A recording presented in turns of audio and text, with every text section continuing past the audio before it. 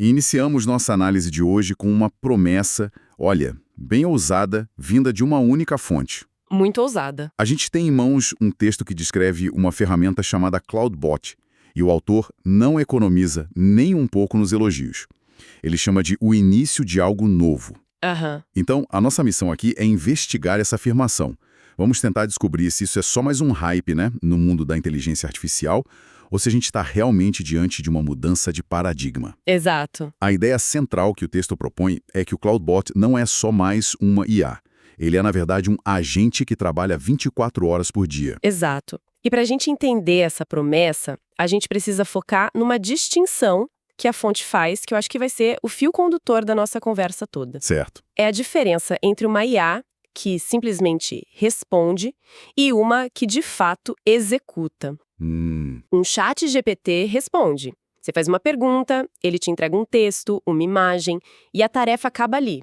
O que a gente está explorando hoje é o que acontece quando a IA não para na resposta. E ela usa essa resposta para Agir. agir no mundo digital. É uma fronteira completamente diferente. Ok, vamos começar a desempacotar isso então.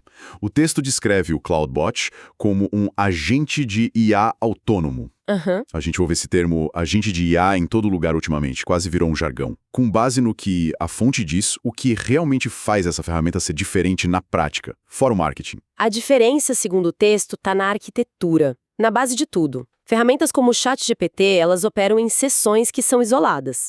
Você abre a janela, conversa, fecha a janela. E ele esquece tudo. Para todos os efeitos, sim. A IA esquece a maior parte daquela interação. O CloudBot foi projetado de outra forma. Ele é um software que você instala numa máquina e o texto recomenda muito que seja um servidor. Certo, um ambiente controlado. Exato. E ele não desliga. Ele fica, e a citação é essa, rodando o tempo todo, em estado de prontidão, sabe? Como se fosse um serviço do sistema. Então aquela analogia de um assistente permanente morando dentro da máquina parece fazer bastante sentido. Sim. Não é um freelancer que eu contrato para uma tarefa e depois ele vai embora. É um funcionário em tempo integral que está sempre lá esperando a próxima instrução. A analogia é excelente. Mas um funcionário que só fica sentado na cadeira esperando não serve para muita coisa, né? Verdade. O que dá poder a esse assistente é o ponto nevrálgico que a fonte destaca repetidamente. O CloudBot tem acesso ao sistema onde está instalado.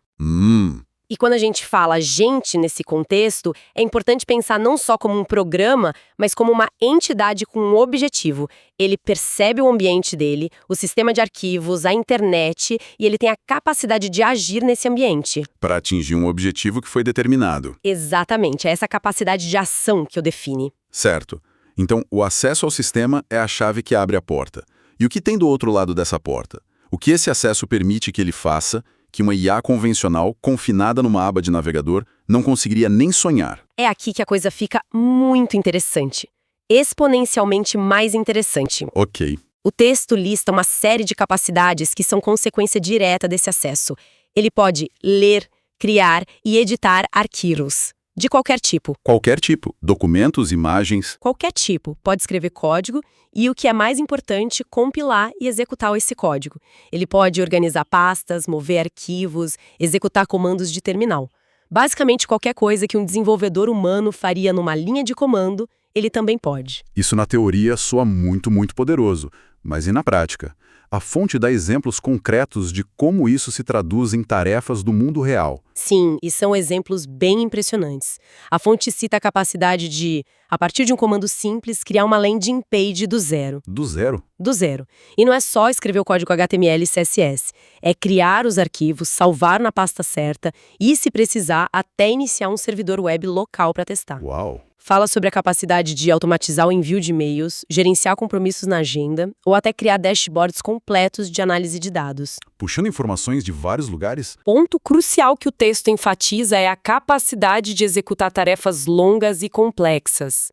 Isso é importante. Muito. Você pode pedir algo que levaria horas e ele vai trabalhar de forma autônoma, sem interrupção, até concluir. Essa ideia de tarefas de longa duração é uma mudança fundamental. Com o chatbot se pede, ele responde em 30 segundos e acabou. Aqui a relação é outra. É diferente. E como a fonte resume de forma tão direta, você pede, ele executa. Não é uma conversa, é uma delegação. Você está entregando uma tarefa para um executor digital? Exatamente. A interação deixa de ser socrática, de busca por conhecimento, e passa a ser gerencial. Você está buscando resultados. Ok, acesso ao sistema e poder de execução são os pilares. Mas eu vejo um problema prático imediato. Eu uso essas IAs todos os dias, e a maioria delas tem memória de peixe dourado. Sim. Se eu começo uma conversa longa, lá pela 10ª mensagem ela já esqueceu o que eu disse na primeira. Como um agente pode executar tarefas complexas se ele não se lembra do contexto? A fonte aborda isso? Aborda e apresenta como uma das soluções mais críticas do CloudBot. O texto chama de memória persistente. Memória persistente. Isso foi projetado para resolver exatamente o que a fonte descreve como um dos maiores problemas das IAs atuais, o limite de memória. A tal da janela de contexto. Exatamente. Modelos de linguagem têm essa janela de contexto. O CloudBot contorna isso salvando ativamente o histórico das interações, as decisões que ele tomou, os resultados. Tudo num banco de dados local. Então ele constrói um histórico. Ele cria uma memória contínua. Ele não só se lembra do seu último pedido, mas de todos os pedidos. Ele aprende suas preferências, o estilo de código que você gosta, os projetos em que você está trabalhando. Com o tempo, ele se torna um assistente cada vez mais personalizado. E eficaz. Então, ele constrói um perfil do usuário ao longo do tempo. Isso é poderoso. E se ele tem essa memória e está sempre trabalhando, faz sentido que o acesso a ele não possa depender de eu estar sentado na frente daquele servidor específico, né? Exato. Imagino que a conectividade remota seja o próximo passo lógico. É o que fecha esse ciclo de usabilidade. A fonte destaca que o CloudBot pode ser conectado a aplicativos de mensagem como o Telegram e o WhatsApp.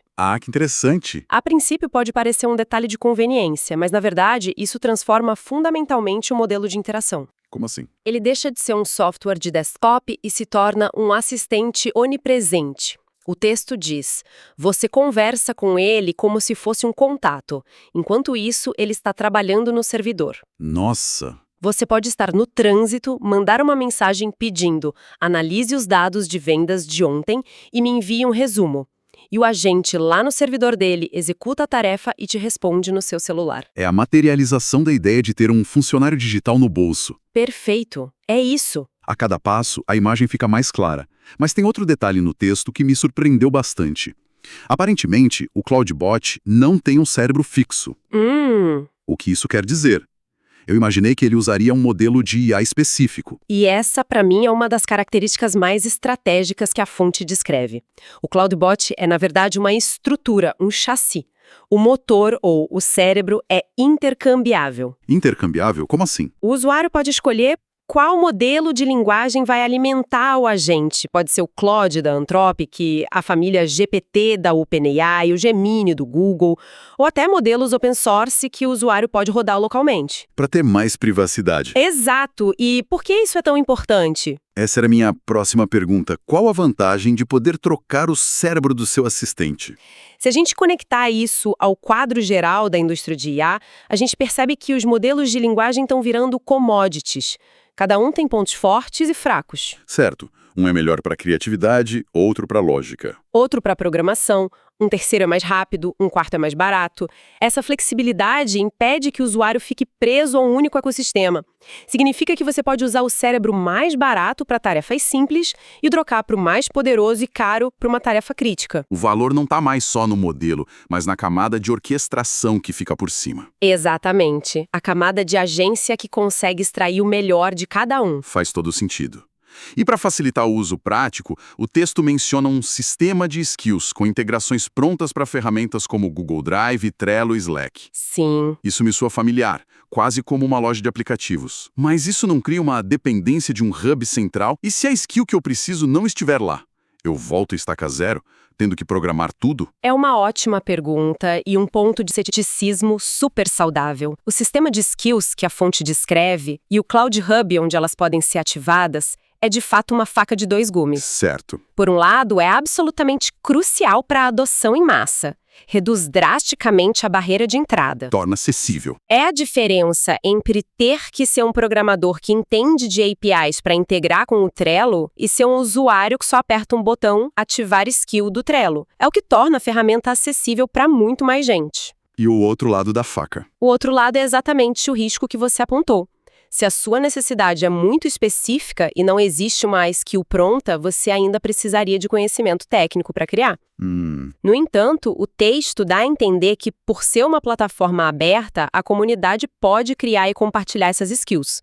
Não é exatamente um jardim murado como a App Store da Apple, mas sim um repositório comunitário. Ah, entendi. Então, a dependência existe, mas ela é mitigada pela natureza aberta da plataforma.